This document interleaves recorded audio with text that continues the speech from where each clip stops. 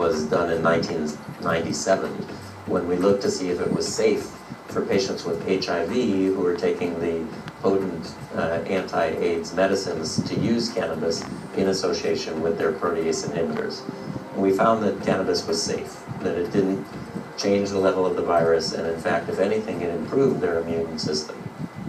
It's also with the founding of the Center for Medicinal Cannabis Research that Dr. Donald Abrams was able to study potential ways that cannabis may be helpful in the medical field.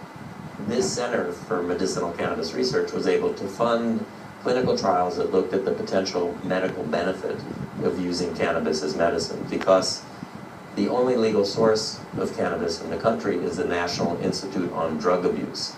And they have a congressional mandate to only study substances of abuse as substances of abuse. Contrary to the National Institute on Drug Abuse, some basic studies from the Center for Medicinal Cannabis Research are suggesting positive outcomes with regards to using cannabis. Another area where Dr. Abrams saw surprising results was with pain relief. We took patients with chronic pain who were on a sustained release opiate, either morphine or oxycodone. And we subjected them to inhalation of vaporized cannabis 3 times a day to see what impact that had on the level of the opiates in their bloodstream and on their pain relief. Although the study is too small to make any major claims, there is a suggestion that adding cannabis to opiates is synergistic. That is 1 + 1 = 5 instead of 2 with regards to pain relief. There's also increasing evidence suggesting that cannabis or cannabinoids may have direct anti-cancer activity themselves. And my friend and colleague Manuel Guzman in Madrid is a PhD laboratory scientist who's done a lot of the work to demonstrate that this has potential in the test tube. But I think we need to move it from the test tube into humans, and that's another thing that I'm interested in working on, because I've seen in my own practice, in my own life, some impressive stories. My dear friend Michelle Aldrich, basically her integrative oncologist, and I was very impressed with the effect that her use of a cannabis concentrated oil product had, in addition to her conventional treatment, in eradicating a fairly advanced lung cancer. Without any backing from the government, but desperate to save their own lives, there is a growing number of patients around the country that are reporting that cannabis is healing their cancers and other ailments. A patient of Dr. Abrams, Michelle Aldrich, is one of those patients. I found out I had lung cancer. It was diagnosed on January 12th of 2012. And it was overwhelming. Diagnosed with stage 3A lung cancer, the normal survival rate for this type of disease is said to be 25% over 5 years. Unfortunately, due to Michelle's bulkier lymph nodes, her doctor said her chances were less than that. And once you have bulky lymph nodes, it's reduced to 2 to 5%. After finding out the bad news, Michelle's friends reached out to her and suggested she try an alternate medicine.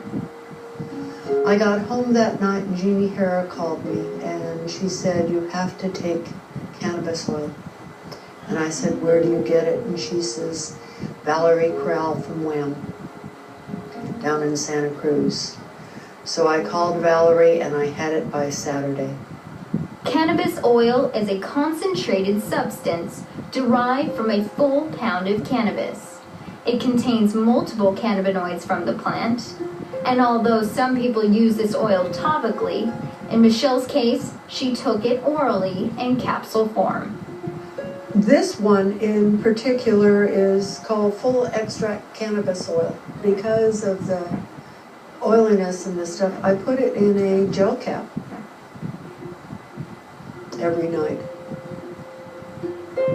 So February 1st, I started the chemo. I was going to have 4 chemos.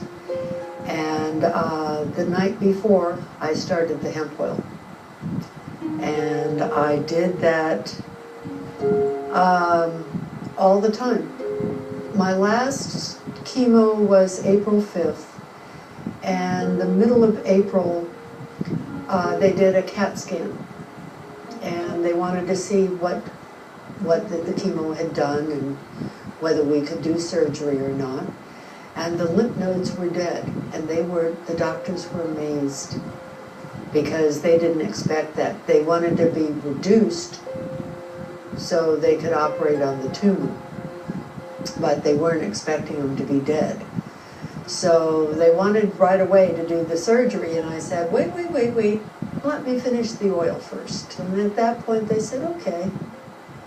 With her doctors still deciding to go ahead and have the surgery, they were surprised at what they found once inside. Michelle's tumor was dead.